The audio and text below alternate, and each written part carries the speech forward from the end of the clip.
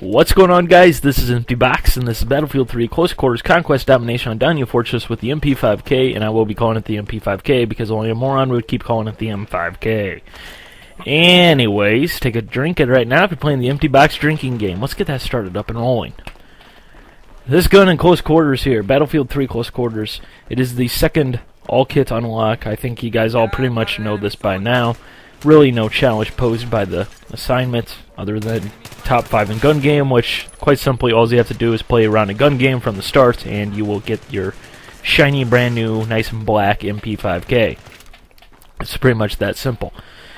In terms of gameplay though, the MP5K, my thoughts on this range from this gun is an unstoppable force that is just absolutely awesome, and I like it because it offers a nice little challenge, strangely enough. Or this gun is absolute garbage because why would I use this gun when there's a gun that already gives me the same type of performance, only gives me double the capacity per magazine by default. And then some. Of course, I'm referring to the P90.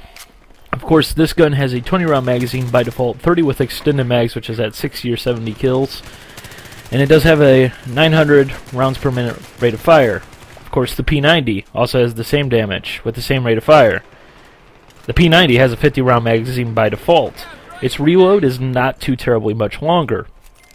So you just look at it and you're like, what? Why would I use the MP5K over the P90? Now, of course, the MP5K here has zero recoil. I mean, it literally has zero recoil. You know, if you shoot at the target, you're going to hit the target. It's that simple. You know, it's easily the most controllable weapon in this game now. Now, that said, it does have a 20-round magazine by default, which means you pretty much need extended mags, or you need to, you know, adapt your strategy to using a 20-round magazine, which, you know, can often be easier said than done, and often you will get caught out with multiple people in front of you, which means you're basically screwed.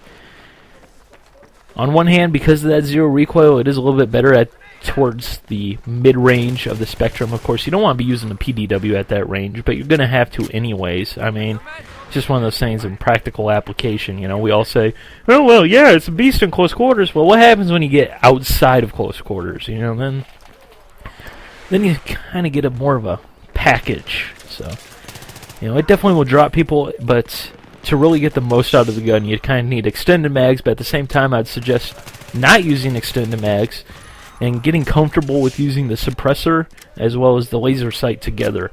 Now, you'll still only have a 20-round magazine because of the way the attachments stack up.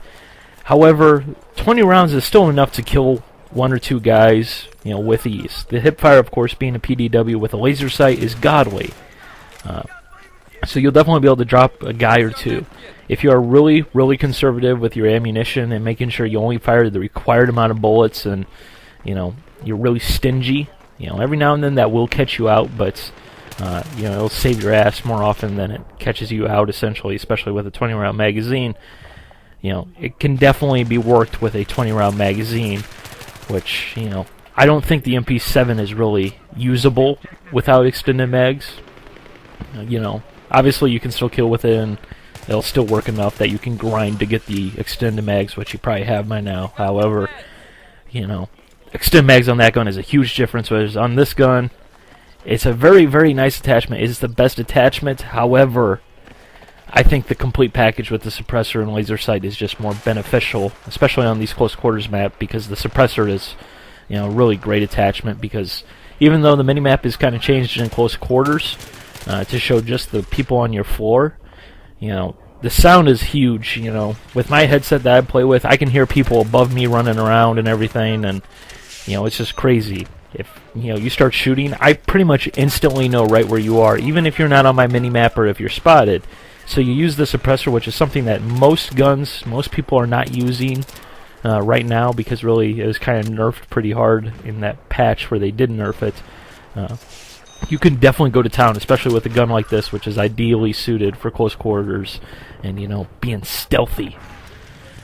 You know, overall, this gun is definitely good. It's just something that you kind of need to be able to adapt to. You know, this is definitely not a gun that's going to be a master of pretty much everything like the M16, where you can use it for literally everything. You know, you definitely need to get used to using this gun with whatever set of attachments you choose to, because really, it's not an easy gun to use in terms of, you know, just doing well with. You know, you could definitely use a P90 which has a little bit more recoil but the same performance, so you know, it just kind of comes down to personal choice. So that's going to be that. Bye.